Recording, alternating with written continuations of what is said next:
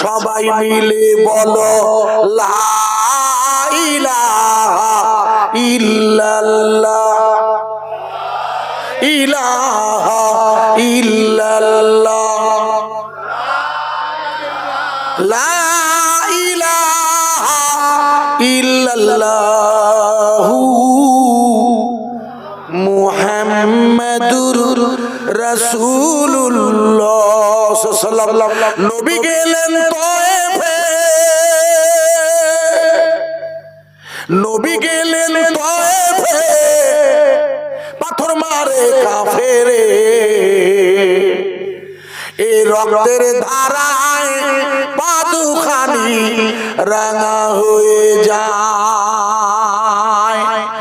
আঘাত সয়েও নবী আমার আল্লাহর কাছে কয় মাফ করে দাও ও গো আল্লাহ, অবুঝিরা চেনে না আমায়। লা ইলাহা ইল্লাল্লাহ ইলাহা ইল্লাল্লাহ ইল্লাল্লাহু মুহাম্মাদুর রাসূলুল্লাহ সাল্লাল্লাহু আলাইহি ওয়াসাল্লাম। হাসবি রাব্বি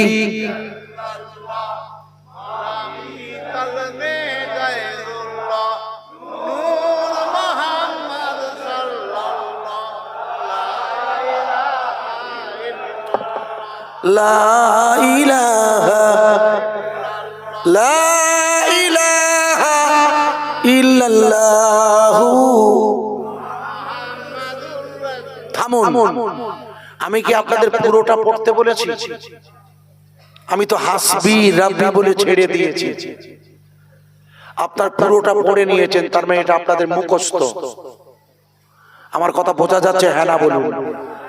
এই হাসবি রাব্বি জাল্লাল্লাহ এটা আপনাদের শুনে শুনে মুখস্থ হয়ে গেছে। ইদানিং দেখবেন ইউটিউবে মেয়েরাও গাইছে হাসবি রাব্বি জাল্লাল্লাহ, কিন্তু এটি সর্বপ্রথম গেয়েছিল কে? এই যে হাসবি রাব্বি জাল্লাল্লাহ, যেটা নেটেও মেয়েরা গাইছে, ইদানিং মেয়েরা গাইছে না, দে দে দে দে দে দে পাল তুলে দে, গাইছে না? আরে পাল তুলে দে, হেলা করিস না, জিয়ারাতে যাব আমি সোনার মদিনা। আপনাদের এখানে আসেনি? যাদবপুর লোকসভার উনি সাংসদ, উনি গাইছেন না মুর্শিদ মুর্শিদ যার সহায় তার কিসের ভাবনা বলেছে। এবারের ভোটে ও আল্লাহ, আমি অত জিজ্ঞেস করছি না, আপনারা জানেন কিনা তাই বলছি। এবারে ভোটে দেখি আমার নবীকে নিয়ে টানাটানি করছে, কি ফেরা আল্লাহ। আমার কথা বোঝা যাচ্ছে? হ্যাঁ না রাগ করবেন না। আচ্ছা, মেয়েদের গজল গাওয়া শরিয়াতে নিষেধ? আরে নিষেধ না? আল্লাহর ওলি মুজাদ্দিদ জামান আমিরুশ শরিয়াত দাদা হুজুর যার নাম ভাঙিয়ে খান, উনি বলছিলেন যে মজলিসে রাগ রাগিনী সুরে গজল গাওয়া হয়, ওই গজল গাওয়াটাও হারাম, ওই মজলিসে ওয়াজ করাটা হারাম। আর যারা সুবহানাল্লাহ পড়বে গজল শুনে তাদের কি হবে জানি না। বসিরহাটের আল্লামার পীর দাদা হুজুর ফতোয়া লিখে দিয়েছে, শুনে নিন। যে মজলিসে রাগ রাগিনী সুরে গজল হয়, আমি একটা গজল আপনাদের শোনাচ্ছি, দেখবেন এই গজলটা একটা না দুটো গজল সবাই গাইছে। একটা জন্ম নবীর দেশে হলে, আমি জানি না গেয়েছেন কিনা, আমি তখন হয়তো এসে পৌঁছাইনি। এই জন্ম নবীর দেশে এই গজল গাইনি কেউ, আমি জানি না, এই জাতীয় গজল বাজারে বেরিয়েছে। আর একটা গাইছি, ও গো চাঁদ তুমি বলো আমার নবীজি কোথায়, কোথায় গেলে পাবো তোমাকে, বাবা নবীজির রওজায়। সম্পূর্ণ টাটকা গান। একেবারে যে গজলগুলো গাইছিল আমি একটা একটা করে করে প্রমাণ করে দিতে পারি, সেগুলো সব গানের সুরে ভরা। অথচ এই যে গজল তিনটে গাইলাম, প্রথম হাসবি রব্বি জাল্লাল্লাহ 120 বছর আগে এটা ফুরফুরা দাদা হুজুর গেয়েছিল প্রথম। জোরে বলুন সুবহানাল্লাহ। ইতিহাসটা লিখে নেন। এই হাসবি রব্বি জাল্লাল্লাহ প্রথম কে গায়? মুখস্থ করে প্রথম লিখেছিলেন উনি, দাদা হুজুর আবু বকর সিদ্দিক রাহমাতুল্লাহ আলাইহি, যিনি রুহানি হালাতে নবীর সাথে আমাদের জলসা হাজির হতে পারে। লিখে নিন, দাদা হুজুর গেয়েছেন প্রথমেই হাসবি রব্বি, এর মানে কি? আর ওই যে দুটো গজল গাইলাম, এই গজল দুটো প্রথম যিনি গেয়েছিলেন তিনি দুঃখ করছিলেন একদিন, তার নামটা জানেন না। তিনি হলেন ফুরফুরা শরীফের সিরাজ সিদ্দিকী। উনি তখন ফিতের ক্যাসেট, তখন কোনো ইউটিউব ছিল না, তখন ওই ফিতের টেপ চলতো, টেপে ওয়াজ করে ক্যাসেট বাজানো হতো। মনে আছে আপনাদের? আমরা তার আগে থেকে ওয়াজ করি, হুজুরের সাথে করতাম। এই জন্য জানি উনি দুঃখ করছিলেন যে ওই গজলগুলো আমার লেখা, আমি গাই, কিন্তু বাজারে সব এখন গানের সুর বেরিয়ে গেছে। আপনারা নিশ্চয়ই এই গজলগুলো আপনাদের জানা, যে গজলগুলো গাইলাম এই গজলগুলো আপনাদের জানা না? বাজারে আলেমরা গাইছে না, প্রত্যেক জলসায় দেখবেন হুজুর বলছেন এই গজলগুলো আরো আছে, আমি নাম করছি না বেশি সময়ের অভাবে। দাদা হুজুর কি বলেছিলেন? হাসবি রব্বি জাল্লাল্লাহ, এর বাংলা মানে হলো সকল প্রশংসা ওই আল্লাহর, যে আল্লাহর ধ্বংস হয় না। জোরে বলা যাবে না, আরো জোরে। তার মানে হলো ইবাদত হবে কার? কোন আল্লাহ? কোন আল্লাহ? আরে যে আল্লাহ সৃষ্টি করে নাই, শুধু যে আল্লাহর ধ্বংস হয় না। আল্লাহু লা ইলাহা ইল্লা হুয়াল হাইয়ুল কাইয়ুম। আমরা ঈদুল আযহার ওয়াজিব নামাজ অথবা আজ ফজরের নামাজের ফরজের সালাম ফিরিয়েই ইমাম সাহেব পড়বে আল্লাহু আকবার, আল্লাহু আকবার, লা ইলাহা ইল্লাল্লাহ, আল্লাহু আকবার, আল্লাহু আকবার, ওয়ালিল্লাহিল হামদ। আপনাদের মসজিদে ঈদের নামাজে 9 জিলহজ, ফজরের নামাজের পর থেকে আসরের নামাজ 13 জিলহজ, এটা চলবে না, বন্ধ হবে। আরে জোরে বলুন, এর মানে কি?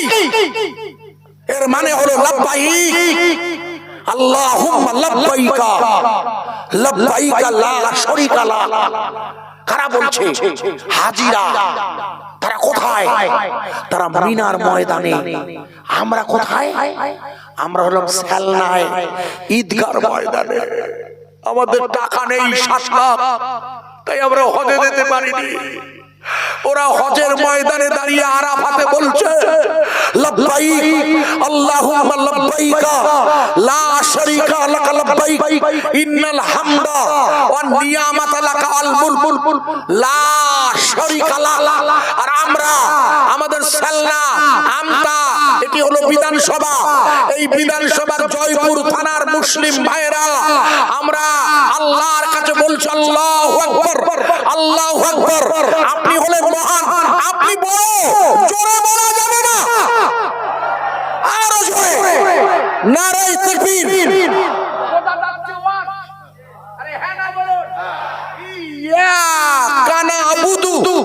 আমরা ইবাদত করি কার?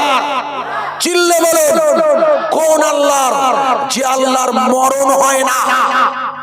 পৃথিবীতে আর যত সৃষ্টিকর্তার দাবি করছে সকলের মরণ হয়। কুল্লু মান আলাইহা ফান ওয়ায়াবকা ওয়াজহু রাব্বিকা যুল জালালি ওয়াল ইকরাম ফাবিআইয়ি আলাই রাব্বিকুমা তুকাজ্জিবান। তুমি কি অস্বীকার করো সব ধ্বংস হবে শুধু তোমার প্রভু ব্যতি রেখে? দাদা হুজুর বললে হাসবি রাব্বি জাল্লাল্লাহ, সকল প্রশংসা ওই আল্লাহর যে আল্লাহর মরণ হয় না। একটু জোরে বলবেন না? ইব্রাহিম আলাইহিস সালাতু ওয়াস সালাম, আপনাদের মনে নেই বলে মনে করিয়ে দিই, মনে করে দেখুন জাতির পিতা নবী ইব্রাহিম আল্লাহর হুকুম হয়েছে, আল্লাহ বললে ইব্রাহিম আপনি আমার কাবাটা আগের মতো বানিয়ে দেন। কোনটা? আপনার নামাজ পড়ি কোন দিকে ফিরে? কাবা কাবা কাবা কাবা কাবা আছে মক্কায়, আর কাবা খানি কাবা হলো দয়ার নবীর ওসিলায়। বক্ষে আমার কাবা শরীফ, চোখে মদিনা, নবীর দেশে যাব আমি নবীর দিওয়ানা। আরাফাতে যাব আমি, আরাফাতে যাব আমি মিনার তাবু হতে, মুজদালে ভাই রাত কাটাবো ফিরিবারই পথে। কাবা কাবা কাবা কাবা কাবা আছে মক্কায়, আর কাবা খানি কাবা হলো দয়ার নবীর ওসিলায়। আমি যদি কাবা হতাম, আমি যদি কাবা হতাম, মক্কারি ওই পথেতে চলতো আমার নূর নবী হাজরাত। আমার আল্লাহ বললে ইব্রাহিম ইব্রাহিম আপনি আমার কাবাটাকে আগের মতো বানিয়ে দিন, যেটা নূহ নবীর প্লাবনে ধ্বংস হয়ে গেছে। নূহ নবীর প্লাবনে কি হয়েছিল? ঠিক বলেছেন, বন্যা। ওই বন্যায় যে সমস্ত লোকগুলো নৌকায় উঠেছিলেন সেই লোকগুলো ব্যতি রেখে আর পৃথিবীর সব ধ্বংস হয়ে যায়। কথা বোঝা যাচ্ছে? সেই লোকগুলো কতটা জানেন না? নূহ নবীর নৌকায় উঠেছিল সংখ্যায় 40 জন, অথচ পৃথিবীতে তখন লক্ষ লক্ষ লোক। এই সংখ্যা এত কম, এরা কারা? এরা ঈমানদারেরা। আমার কথা বোঝা যাচ্ছে? হ্যাঁ না বলবেন? এই জন্য সংখ্যা লঘু, এরা মাত্র 40 জন। আর একজন বুড়ি মহিলা, আপনাদের ইতিহাস আছে, লম্বা করছি না। কেন? রাতের এই ভাগ তো আমি মূল বক্তব্য বোঝানোর চেষ্টা করছি, আপনি বুঝতে পারবেন। ভাই ইব্রাহিম আলাইহিস সালাম আল্লাহ বলেন আপনি আমার কাবাটা বানান। কেন? ওটা ধ্বংস হয়ে গেছে, ওর কোনো চিহ্ন নেই। মনে করে দেখুন, আপনাদের মনে নেই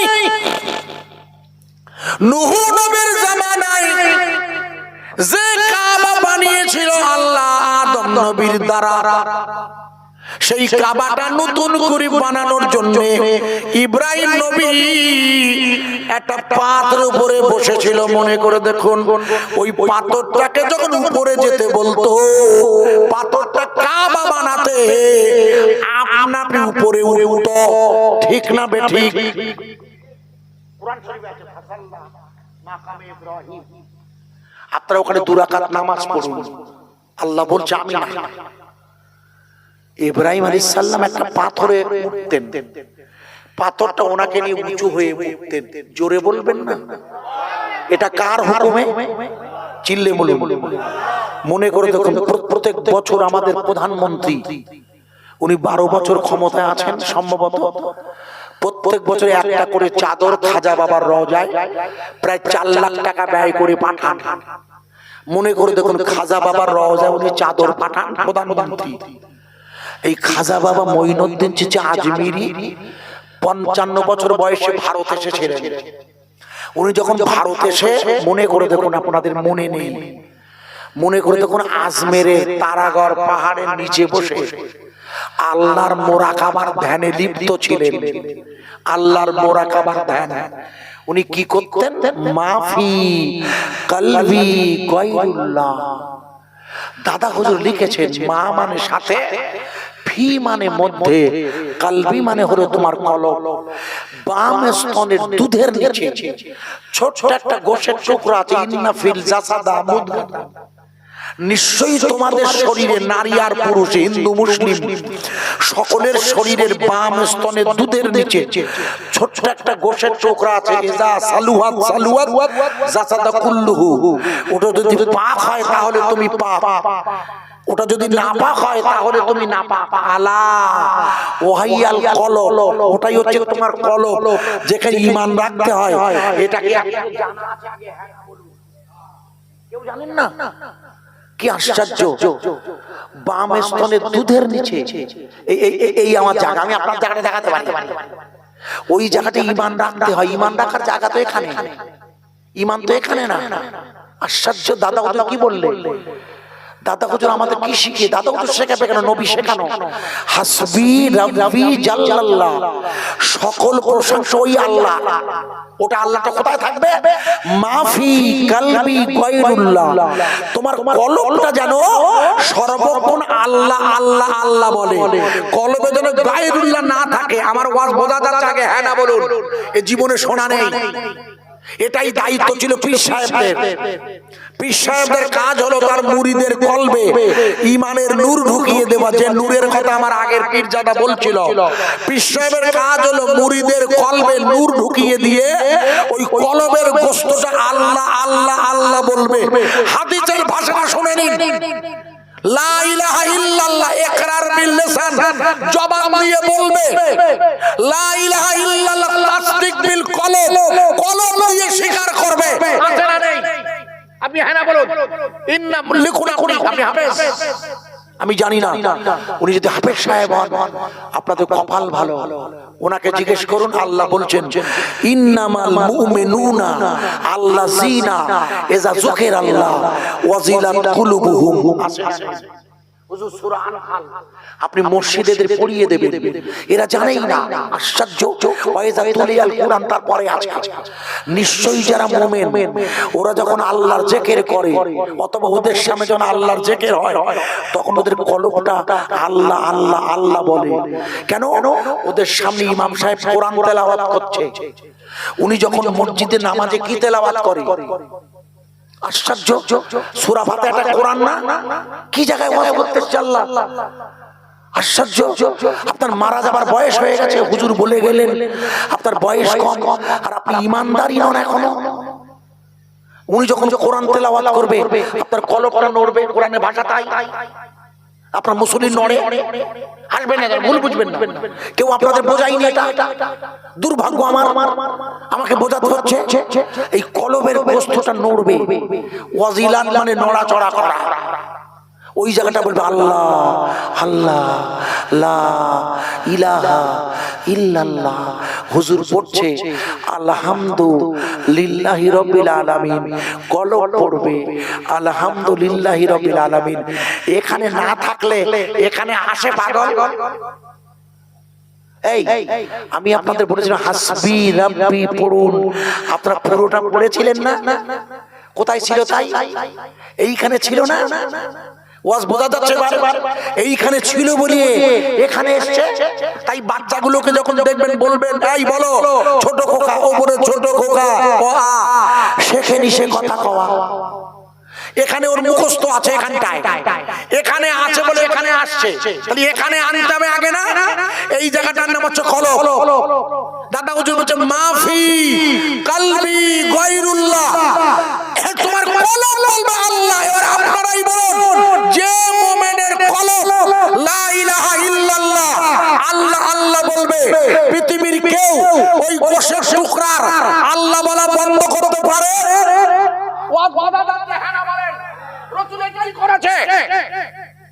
আল্লাহর নবী এটাই করেছে। কেন? কোরআন নাযিল হয়েছে রাসূলের কলবে। কোরআন নাযিল হয়েছে কোথায়? এরা কিচ্ছু জানে না। আশ্চর্য জায়গা। ইকরা বিসমি রাব্বিকাল্লাযী খলাক। হে রাসূল আপনি পড়ুন। রাসূলকে তো পড়তে বলল আল্লাহ, আমার নামটা পড়ুন। পড়বে কে? এই কলবটা বলবে। মনে করে দেখুন, তাওরীত ইনজিল আর জবুর নবীদের ডেকে আল্লাহ দিয়ে দিয়েছিল, এই না আপনি নবী মুসা। মনে করে দেখুন। আর কোরআন এসেছে 22 বছর 8 মাস 23 দিন ধরে হুজুর মুখস্থ করেছেন, দীর্ঘ কয়েক বছর সাধনা করে ওই কোরআনটা হুজুর এনেছেন কলবে। এখানে যদি হুজুরের না থাকে উনি ভুলে যাবেন, লিখে নেন। এই জন্য হাফেজের সিনা পচে না। হাফেজ সাহেবের সিনা মুবারক মানে কলব পচবে না। হাফেজ সাহেবের পচবে না কেন? কোরআন আছে তাই। আর কোরআনটা কি? কোরআনটা জিকির না? আশ্চর্য, কোরআনটা নূর না? আল্লাহ বলেন কোরআন হচ্ছে নূর। কি আশ্চর্য ওয়াজ করছি। কোরআনটা জিকির না? হাফেজ সাহেব হুজুর পড়বে, আপনার কলব সাক্ষী দেবে। নামাজে দাঁড়িয়েছেন, আল্লাহু আকবার 3 রাকাত মাগরিবের ফরজ নিয়ত করেছেন, খেয়াল করতে হয় কোন দিকে? কলবের দিকে না? এই নামাজে খেয়াল করতে কোন দিকে? আশ্চর্য জায়গায় ওয়াজ করছি। আল্লাহু আকবার, আল্লাহু আকবার। আল্লাহ রাসূল বলেন নামাজি নামাজে দাঁড়িয়ে তারা আল্লাহকে দেখবে। বলেছেন এটা বলেনি? আরে হ্যাঁ না বল। আমি ওয়াজ করব না, ছেড়ে দেব ওয়াজ। কেন ওয়াজ করব আপনাদের কাছে? আপনি এটুকুই জানেন না, আপনার ঈমানটাই ঢোকেনি এখনো। আশ্চর্য জায়গায় ওয়াজ করছে। আপনার কলব বলবে, আপনার কলব সাক্ষী দেবে। নামাজে এই কলবে আপনি আল্লাহকে দেখবেন। নামাজের মধ্যে ছাড়া আল্লাহকে দেখা যাবে না। লা তুদরিকুল আবসার, আল্লাহ বলছে এই চোখে তোমরা আমার দেখতে পাবে না। কোরআন বলছে লা তুদরিকুল আবসার, বলেছে না বলেনি? বলেছে কিনা? হ্যাঁ না বলেন। আমি লম্বা করছি না, আমি হাফেজ নই। হুজুর কিবলা বলছেন এই চোখে তোমরা আমায় দেখতে পাবে না। তাহলে কোন চোখে দেখবে? এই কলবের চোখে। রাসূল আল্লাহকে দেখেছিল কিনা? হ্যাঁ না বলো। কোন রাতে? যে রাতে নামাজ ফরজ হয় সেই রাতে না? আশ্চর্য আকবার, আশ্চর্য। যে রাতে রাসূল আল্লাহকে দেখতে গিয়েছিল, মনে করে দেখুন খানায়ে কাবায় জিবরিল আমিন আল্লাহর নবীকে চিৎ করে শুইয়ে দিয়ে তার বুকটা চিরে ফেলেছিল। আলাম নাশরা লাকা সাদরাক।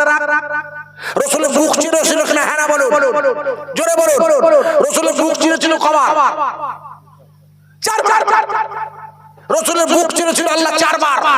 লিখুন, 2 বছর বয়সে হালিমার বাড়ি, 10 বছর বয়সে আবু তালেবের সাথে বাণিজ্যে যাবার পথে, 40 বছর বয়সে গারে হেরায় নবী হবার রাতে, আর 52 বছর বয়সে মিরাজে যাবার সময় 4 বার রাসূলের কলবটা আল্লাহ জিবরিল আমিনকে দিয়ে বার করে জমজমের পানি দিয়ে ধুয়ে ওখানে ঈমান ঢুকিয়ে আবার ঢুকিয়েছিল না?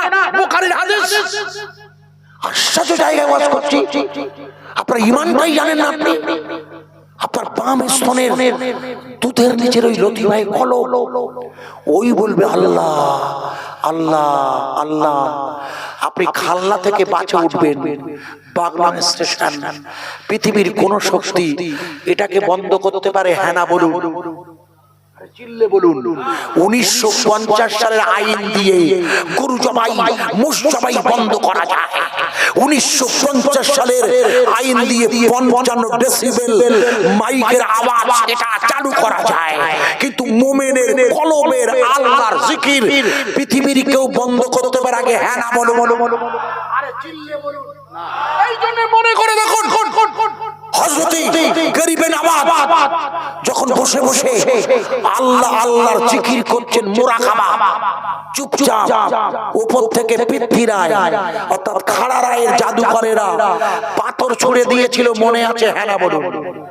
সেই পাথরটাকে হুজুর ওই মুরাকাবার হালাতে আঙুল দিয়ে দাঁড়াতে বলেছিল। পাথরটা ঝুলছে না, ঝুলছে না। চিল্লে বলতে হবে। দেখেছেন কেউ? আমি মিথ্যে বলছি না ঠিক বলছি? বাজে ওয়াজ আমি করি না, প্র্যাকটিক্যাল। গিয়ে দেখে আসুন পাথরটা ঝুলছে আজমির শরীফে আর মক্কা শরীফে। ওই পাথরটাকে রেখে দেওয়া আছে, যার উপরে দাঁড়িয়ে ইব্রাহিম নবী কাবা গেঁথেছিল। নিজের চোখে দেখে আসুন। আল্লাহ পাক যদি কখনো সুযোগ দেন আপনি অবাক হয়ে যাবেন। আমি ইতিহাস বলছি দু লাইনে, আপনাদের মনে নেই তাই মনে করিয়ে দিচ্ছি। মনে করে দেখুন, ইংল্যান্ডের রানী ভিক্টোরিয়া, যার নামে ভিক্টোরিয়া মেমোরিয়া কলকাতা, যার পাশে আছে ব্রিগেডের ময়দান, যেখানে এবার ঈদুল আদার নামাজ হলো। মনে করে দেখুন, রাস্তায় নামাজ হবে না, সরকারের নির্দেশ। আমরা নামাজ আদায় করব সরকারের নির্দেশ মেনে বাধ্য, আমরা প্রশাসনের নির্দেশ মানতে বাধ্য। তাই আমরা রেড রোড ছেড়ে দিয়ে ভাই আমরা ব্রিগেডের ময়দানে এবারে ঈদুল আদার নামাজ আদায় করে নিয়েছিলাম। ভুল বুঝবেন না, এই ব্রিগেডের ময়দানের কোনায় দেখবেন ভিক্টোরিয়া মেমোরিয়া, রানী, ইংল্যান্ডের রানী এসেছেন ভিক্টোরিয়া মেমোরিয়া। ভিক্টোরিয়া রানীর নাম, মেমোরিয়া মানে হচ্ছে স্মৃতি, মেমোরি। আসল নাম রানী ভিক্টোরিয়া। ওনার যিনি রান্না করে খাওয়ায় তার নাম মুন্সি আব্দুল করিম চৌধুরী। ওনার বাড়ি হলো উড়িষ্যায়। ওনাকে সাথে করে নিয়ে উনি খাজা বাবার রওজা জিয়ারাতে গেছেন। ইংল্যান্ডের রানী বললেন আমি একটু খাজা বাবার রওজাটা দেখবো। ইংল্যান্ডের রানী খাজা বাবার রওজায় জুতো পাই দিয়ে গট গট করে ঢুকে পড়েছে। যে ইংল্যান্ডের রানী জুতো পাই দিয়ে ঢুকে পড়েছে খাজা বাবার কবরের ভিতরে ঢুকছে, অমনি খাজা বাবার রওজার মাটি ওনার পা টেনে ধরেছে। জোরে বলবেন না, আরো জোরে বলবেন না। এই আপনাদের জানা নাই? রানী ভিক্টোরিয়ার ইতিহাস পড়ে দেখবেন, উনি অবাক হয়ে গেছে। আরে পা মাটি টেনে ধরেছে। উনি বলছে ও মাই গড, হাউ ডু ইউ, উনি লিখেছেন ও মাই গড, হাউ ডু ইউ ঈশ্বর, এ কি হলো হলো, আমার পা টেনে ধরলো কে? ইংল্যান্ডের রানী বলছে ও মাই গড। সঙ্গে মুন্সি আব্দুল করিম চৌধুরী বলছে madam, you cannot say God, you can say Almighty Allah। এখানে আপনি গড বলবেন না, ঈশ্বর আছে নিশ্চয়ই, কিন্তু ঈশ্বর আলাদা, গড আলাদা, আর আল্লাহ আলাদা। আপনি বলুন ও মাই আল্লাহ, ও গো আমার আল্লাহ, টু ফরগিভ মি, আপনি আমাকে ক্ষমা করে দিন। আর ইংল্যান্ডের রানী বলল এই মুন্সি কি বলতে হবে? বলে আল্লাহ। বলে ও তো আমাদের ইনজিলে অর্থাৎ বাইবেলে 104 জায়গায় আছে। কত জায়গায়? জোরে বলুন, কার নাম? চিল্লে বলুন। আমি কি আপনাদের কাছে প্রমাণ করতে পেরেছি বেদের মধ্যে আল্লাহর নাম আছে? প্রমাণ করেছি, হ্যাঁ না বলুন। খ্রিস্টান ধর্মের মধ্যে আল্লাহর নাম আছে না নেই? চিল্লে বলুন। বৌদ্ধ ধর্মের ধর্মগুরু বুদ্ধদেব, যার নাম কপিলা বস্তুর রাজা, শুদ্ধ দরিদ্র সিদ্ধার্থ, যিনি মৃত্যুর সময় বলেছিল মনে নেই, আই এম নট ফার্স্ট নর I shall be the last, আমি পৃথিবীর প্রথম বৌদ্ধ নই, অ্যানাদার বৌদ্ধ উইল কাম, এই পৃথিবীতে আরেকজন বৌদ্ধ জন্ম নেবে, he will be known as Maitreya, তিনি হবে শান্তি ও করুণা ও মৈত্রের প্রতীক, তিনি হবেন আমাদের মুহাম্মদুর রাসূলুল্লাহ। একটু জোরে বলা যাবে না? আরো জোরে বলতে পারো না? তাহলে যে বুদ্ধদেব রসুলের কথা বলেছে, রসুল দাওয়াত দিয়েছে কার? আল্লাহর, আল্লাহর, আল্লাহর। তাহলে যে রসুল আল্লাহর দাওয়াত দিয়েছে, ভালো করে বুঝবেন ভাই। খ্রিস্টান ধর্মে লেখা আছে আল্লাহর নাম, পাঞ্জাবিতে লেখা আছে আল্লাহর নাম, বৌদ্ধ ধর্মে লেখা আছে আল্লাহর নাম, কোরআনে লেখা আছে আল্লাহর নাম। বৌদ্ধ, খ্রিস্টান, হিন্দু সব ভাই ভাই, আর মুসলমানরা হচ্ছে কোন ভাই নয়, অথচ সব ধর্মেই লেখা আছে মালিকের নাম কি? আরে জোরে বলুন, আরো জোরে। ওরা স্লোগান দিচ্ছে হিন্দু হিন্দু ভাই ভাই, কিন্তু আসলে হবে হিন্দু, মুসলিম, জৈন, খ্রিস্টান, ইহুদি, নাসারা সকলেই ভাই ভাই, সকলের মালিককে। আরে জোরে বলুন। ওরা একটা দলকে বাদ রেখে পশ্চিমবঙ্গ তথা ভারতবর্ষে সোনার ভারত বানাতে চায়। আমরা দোয়া করি, আমরা সমর্থন করি। আমাদের দিলীপ বাবু তো গত পরশুদিন বলে দিয়েছে, যারা আমাদের ভোট দেয়নি তাদের আমরা কিছু দেবো কেন? দিলীপ বাবুর মাথা বোধহয় ঠিক নেই। মুসলমানরা একা ভোট দেয়নি, উনি মনে করেছেন 47% ভোট পেয়েছে এবারে বিজেপি, তাই 53% ভোট দেয়নি। তার মধ্যে 25% হিন্দু আছে। ভোট দিয়েছে, হিন্দুরা দেয়নি। জোরে বলুন। বরং মুসলমান ভোট ভাগ হয়ে গেছে এবার। আমি রাজনীতির লোক নই, বোঝানোর জন্য বলছি। ওরা শুধু বলছে আমরা হিন্দু হিন্দু। 47% ভোট পেয়েছে, তো কত পার্সেন্ট? 47% ভোট পেয়েছে এবার ভোটে, তাই বাকি 53 থাকে তো 97% পোলিং হয়েছে। আমার কথা বোঝা যাচ্ছে কি? হ্যাঁ না বলুন। অথচ ওরা বারবার শুধু মুসলিমদের এক করে করে দিয়ে মুসলিম মুসলিম করছে। আমি বোঝাতে পারছি না, খুব কঠিন। কিন্তু আপনারা আমার ওয়াজ ভুল বুঝবেন না। এই কঠিন সময় এত রাতের বেলা আমি শুধু আপনাকে বোঝাচ্ছি, হাসবি রাব্বি জাল্লাল্লাহ, সকল প্রশংসা বেকার। আরে চিল্লে বলুন, কোন আল্লাহ? যে আল্লাহর জিকির হবে মাফি কলবি গায়রুল্লাহ, আমার কলব দিয়ে হবে জিকির। খুব ভালো করে ওয়াজ শুনবেন, কারণ মুশকিলে পড়ে যাব। ভালো করে শুনে নিন।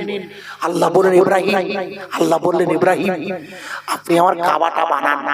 ইংল্যান্ডে রানী বললেন আমি আল্লাহ বললে আমার পা মাটি ছেড়ে দেবে?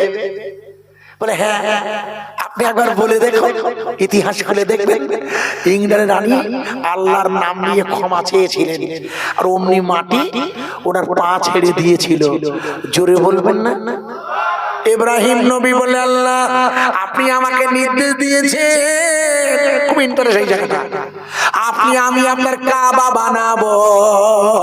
আল্লাহ ইব্রাহিম নবী যে কাবা বানিয়ে দিলে, ওই কাবা শরীফকে ঘিরে এখন তোয়াফ হয়, লাব্বাইক। ওই কাবা শরীফ বানানোর পরে আল্লাহ বললেন ইব্রাহিম ইব্রাহিম আপনি এবার হজের দাওয়াত দেন। কিসের দাওয়াত? ইব্রাহিম নবী খুব বুদ্ধিমান ছিলেন, খুব বুদ্ধিমান। কারণ নমরুদের মতো রাজার বিরুদ্ধে লড়াই করেছেন একা। গোটা বিশ্বের রাজা ছিলেন নমরুদ আর ফেরাউন। এই জন্য উনি খুব বুদ্ধিমান ছিলেন। উনি বললেন আল্লাহ আমি হজের দাওয়াত দেব। তো এখানে তো আছি আমরা 3 জন। কজন? কে কে? ওনার ছেলে ইসমাইল, ওনার স্ত্রী হাজেরা। আসি তো 3 জন। তাহলে হজ করবে কারা?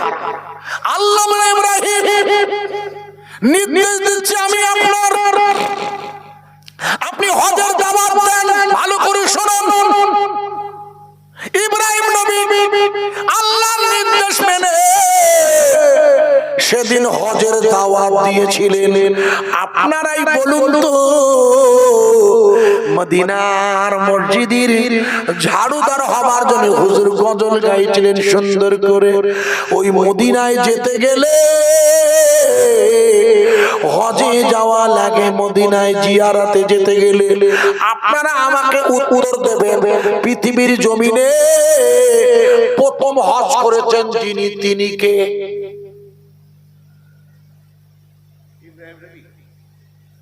কেউ বলতে পারবেন না? আল্লাহু আকবার। এই পৃথিবীর জমিনে প্রথম যিনি হজ করেছেন তিনি হলো আমার রাসূলুল্লাহ। 9 হিজরিতে আল্লাহর নবীর উপরে হজ ফরজ হয়েছিল। কি আশ্চর্য জায়গা! এর আগে তো হজ ফরজ ছিল না। আশ্চর্য, হজ করবো আমরা, আবার দাওয়াত দিচ্ছে কে? দেখো তিনি ইব্রাহিম নবী। পাগল, বুঝতে পারছেন না? ইব্রাহিম নবী জাতির পিতা, উনি দিচ্ছেন দাওয়াত। হজ করবে কারা? আশ্চর্য, আমরা কারা? না না, যারা লাব্বাইক আল্লাহুম্মা লাব্বাইক বলেছিলেন।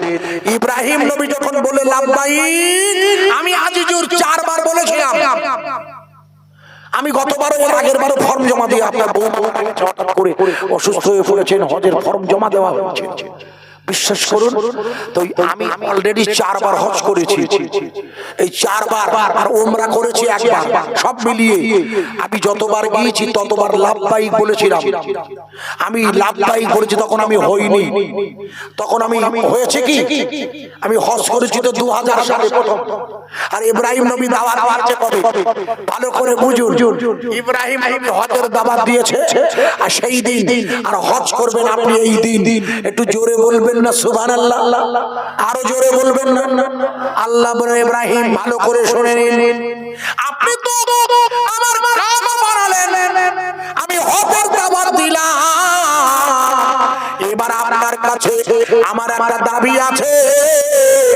এই দাবিটা হলো, এই কাবা শরীফ বানানোর পরে যে সিমেন্ট বালি খোয়া মশলাগুলো রয়ে গেছে ওগুলোকে তুলে নিয়ে আপনি পরিষ্কার করুন, ছুঁড়ে ফেলে দিন। এটা হলো আমার নির্দেশ। না না না, কি নির্দেশ? ওই কাবা শরীফ বানানোর সময় আপনাদের ওই মসজিদ যখন তৈরি হয়, শুনেন, সিমেন্ট বালি কিছু পড়ে পড়ে না, আরে আমার কথা আমার দিকে থাক নাই, খালি গলায় শোন।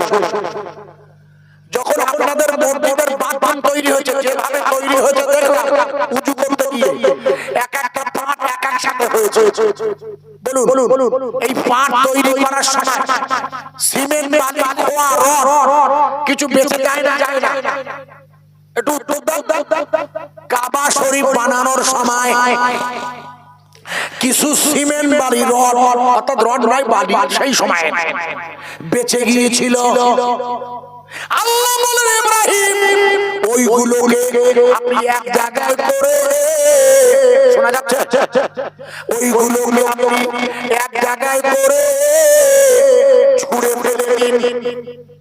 ইব্রাহিম নবী বলে আল্লাহ ওইগুলো যদি আমি ছুঁড়ে ফেলি তাহলে কাবার চত্বর আবার তো ময়লা হয়ে যাবে। আমি যদি ছুঁড়ে ফেলে দেই, বোঝা যাচ্ছে হ্যাঁ না বলে। ওনার স্ত্রীর নাম ছিল কি? না, ওনার প্রথম স্ত্রীর নাম ছিল সারা। ইনি ছিলেন রাজার মেয়ে।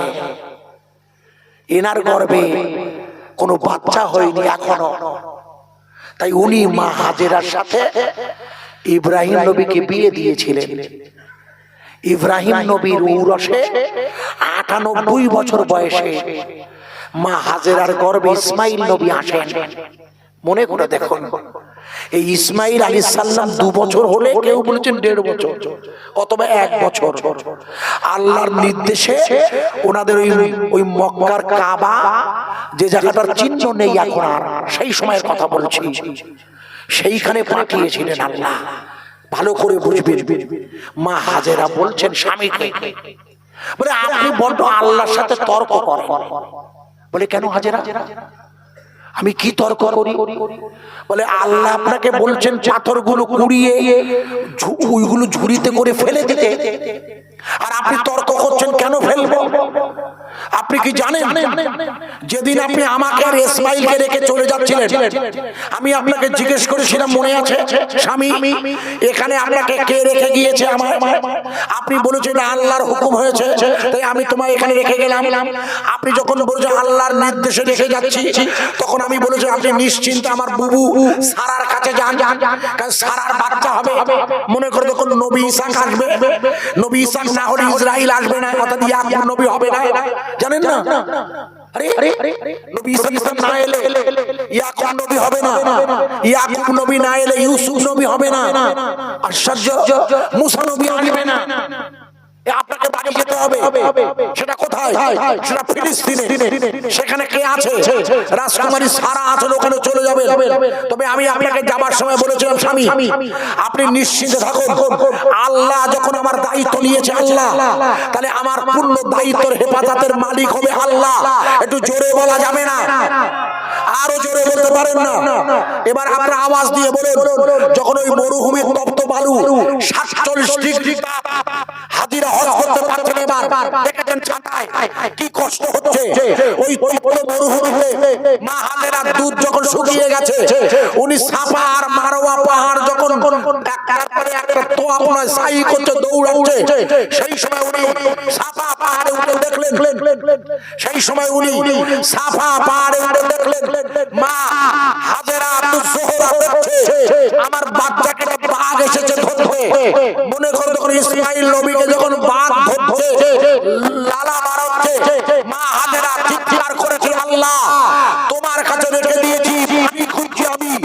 সেই সময় মা হাজেরার চোখের পানি দিয়ে উনি দেখতে পেলেন ইসমাইল নবীর পায়ের তলায় একটা পানির ফোয়ারা, জোরে বলা যাবে না, আরো জোরে। ইসমাইল নবীর পায়ের তলায় পানি আসবে, ওই পানিটা খাবে কারা? আমরা আমরা আমরা আমরা আমরা হাজিরা, পৃথিবীর কোটি কোটি মানুষ।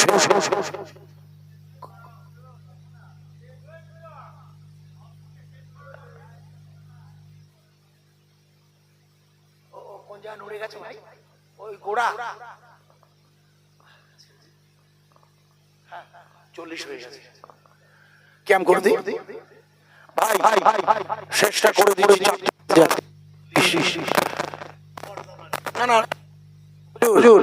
আচ্ছা ঠিক আছে, এটাও করে দিচ্ছি আমি, আপনাকে কষ্ট করতে হবে না। লাস্ট আমাকে একটু ক্লিয়ার করতে দিন ছোট্ট করে, রাত হয়ে গেছে, মানে ফজর ওয়াক্ত এসে গেছে, আর ওয়াজ করা যাবে না। শুনুন, মা হাজেরা জোহরা তার ছেলের পায়ের তলা দিয়ে যে পানি এসেছিল তার নাম জমজম। আপনারা খেয়েছেন কেউ? কোথা থেকে খেয়েছেন? হাজী সাহেবরা আনে, ওই পানিতে হাজী সাহেব কিন্তু বাড়িয়ে নিয়ে কলের পানি মিশেল দিতে পারে। আপনি খেয়েছেন হজে, কিন্তু আমি আপনাদের বলছি যারা হজে যাননি তাদেরকে হাজী সাহেব 5 লিটার পানি আনে। তাই আপনাদের হাত ধরে বলছি, জমজমের পানি খাবার জন্য পাঞ্জাবের জমিনে চলে যান। সিরহিন্দির মাটিতে মুজাদ্দেদ আল পেসানির নাম শুনেছেন? আরে হ্যাঁ না বলুন, যিনি 1000 বছরের মুজাদ্দেদ, যার যুগ চলছে এখন, ওনার রওজা মুবারাকে গিয়ে জমজমের পানি খেয়ে আসো। আপনারা জানেন কি? হ্যাঁ না বলুন। ইস, এটাও জানেন না, উনি হজে যাননি। এনাদের বলে দেবে, সময় নেই আর বলছি না। ওনার জন্য আল্লাহ জমজমের পানি পাঠিয়েছিল ভারতে, এটাও জানেন না। আশ্চর্য, ওনার পাঞ্জাবে যাবার পথে একজন সাহাবার খবর আছে, যিনি আল্লাহর নবীকে প্রথম দেখেছিল, ভারতীয় হিন্দু, নাম তার তপন লিখুনিন রতন পণ্ডিত সাহাবা হুজুর। তার খবর হলো পাঞ্জাবের ভাতিন্ডায়, পারলে একবার জিয়ারত করবে। তার কবরে লেখা আছে রতন পণ্ডিত সাহাবা হুজুর। ইনি হলেন রাসূলের সাহাবা, নবীকে নিজের চোখে দেখেছে। জানেন কি? ভারত থেকে গিয়ে আল্লাহর নবী তখন হায়াতে, ইতিহাস বলছি না, এটা রাখছিলাম। মা হাজেরা বললেন, লিখুন আমার দিকে বেরুন, স্বামী আল্লাহ যখন বলছেন আপনি ওগুলো ছুঁড়ে ফেলে দিন। ইব্রাহিম নবী বললেন, আল্লাহ বলছেন ছুঁড়ে ফেলবো, তুমি ঠিকই বলছো, কিন্তু আমি যুক্তি দিতে পারছি না। ওগুলো তো ছুঁড়ে দিলে ওগুলো তো আবার কাবায় পড়বে। তখন ইব্রাহিম নবী বলে, আল্লাহ আপনি যখন নির্দেশ দিয়েছেন, আমার একটা আবেদন রাখতে হবে আপনার। আমি আপনার সব আবেদন মেনে নিয়েছি। আমার ছেলেকে আমি জবাই করতে নিয়ে গেছি আপনার ভালোবাসায়। আপনি বেহেশতের দুম্বা পাঠিয়েছেন, আমার ভালোবাসার পরীক্ষা নিয়েছেন। নমরুদ আমাকে আগুনে ফেলে দিয়েছে, তবু আমি আপনাকে ভালোবাসতে কম করিনি। আমার শুধু একটাই দাবি, আপনি আমার একটা দাবি মেনে নেবেন, আমি আপনার সব দাবি মেনে নেব। লাস্টেরটাও বলছি করব। আল্লাহ বলেন, আপনার দাবিটা কি? ইব্রাহিম নবী বললেন, রব্বানা ওয়াবাস ফীহিম, হে আল্লাহ আপনি আমার ওই দোয়াটা কবুল করুন, আমার বংশে একজন রাসূল আসবে। সূরা বাকারা, রব্বানা ওয়াবাস ফীহিম রাসূলাম, আমার বংশে একটা রাসূল পাঠাবেন। কে বলছে জানেন না? ইব্রাহিম নবী আল্লাহর কাছে শেষ দাবি করছিল, হে আল্লাহ আপনি আমার বংশে একটা রাসূল পাঠাবেন। আল্লাহ বলেন, আগে তুমি আমার কাজটা করে দাও, আমি বলছি। মনে করে দেখো, ইব্রাহিম নবী ওই সিমেন্ট বালি ওইগুলো এবার উনি ছুঁড়ে ফেলবেন। আপনাদের মনে নেই যে উনি ছুঁড়ে ফেলছেন, ইতিহাসটা লিখে নেন, ওটা কাবা শরীফে পড়ার কথা, কিন্তু না না না না না না না না, ওই সিমেন্ট বালিয়ার টুকরাগুলো আল্লাহর হুকুমে বাতাসকে নির্দেশ দিয়েছিল, গোটা পৃথিবীর জমিনে ছড়িয়ে পড়েছিল ওই সিমেন্টের ওই বালিয়ার পাথরের টুকরাগুলো। ওই পাথরের টুকরাগুলো যেখানে পড়েছে সেখানেই একটা করে মসজিদ তৈরি হয়েছে। সাল্লা মোল্লাপাড়ার ওই জায়গায় একটা পাথর এসে পড়েছিল, তাই ওখানেই আল্লাহর মসজিদ হয়েছে।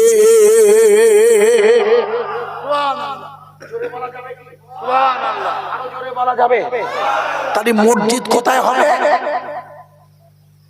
এই দেখো, জানেন এটা, এটা তো হাদিসের রিওয়ায়াত।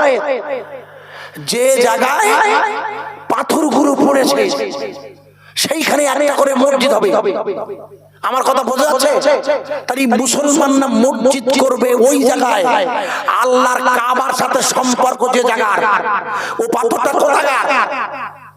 আরে কাবার না, আরে হ্যাঁ না বলুন।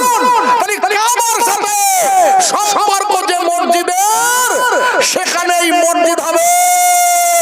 তাই কোন মন্দিরের তলা খুঁড়ে মুসলমানরা ভেঙে দিয়ে মসজিদ বানাতে পারে? আরে চিল্লে বল, সেখানে নামাজ হবে না। ভালো করে শুনেন, ওখানে কি নামাজ হবে? তাই যেখানে নামাজ হবে না সেখানে মুসলমানরা মসজিদ বানাতে পারে না।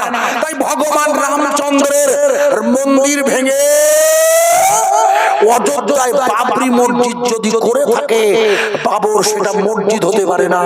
আর বাবর মুসলমানের বাচ্চা, কোন অবস্থায় কোন মন্দির ভেঙে মসজিদ বানাতে পারে না। কারণ মসজিদ সেখানেই হবে যেখানে এই পাথরগুলো পড়ে গেছে। একটু জোরে বলা যাবে? আরো জোরে বলা যাবে? নারায়ে তাকবীর। চিল্লে বলুন, জমিনের মালিককে, মসজিদ কার ঘর? আরো জোরে বলুন, এখানে কি হয়? ইয়াকা নাবুদু, এখানে আল্লাহর ইবাদত হয়। সেই ইবাদতকারীদের জন্য ইব্রাহিম নবীকে আল্লাহ বললেন, আপনার বংশে আমি মুহাম্মাদুর রাসূলুল্লাহকে পাঠাবো। সেই রাসূলের শানে ছোট্ট করে একটু সালাম পাঠ করব, যেহেতু পৌনে 4টা ওয়াক্ত হয়ে গেছে ফজরের, আওয়াজ করা যাবে না, তবুও একটুখানি ছোট করে রাসূলের শানে সালাতু সালাম রাখছি।